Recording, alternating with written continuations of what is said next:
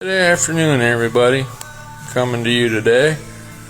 I'm down here at a good friend of mine, Ryan Andrews at Andrews Transmission, up here in Dowling, Michigan.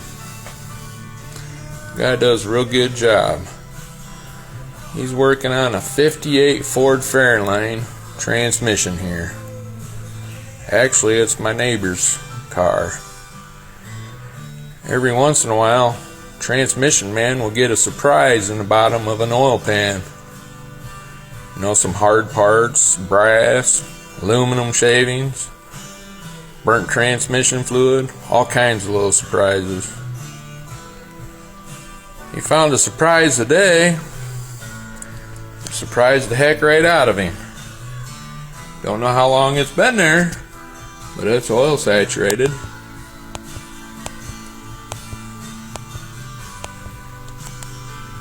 That be a little scorpion.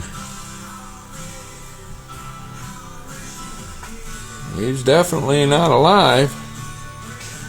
He's been there for a while.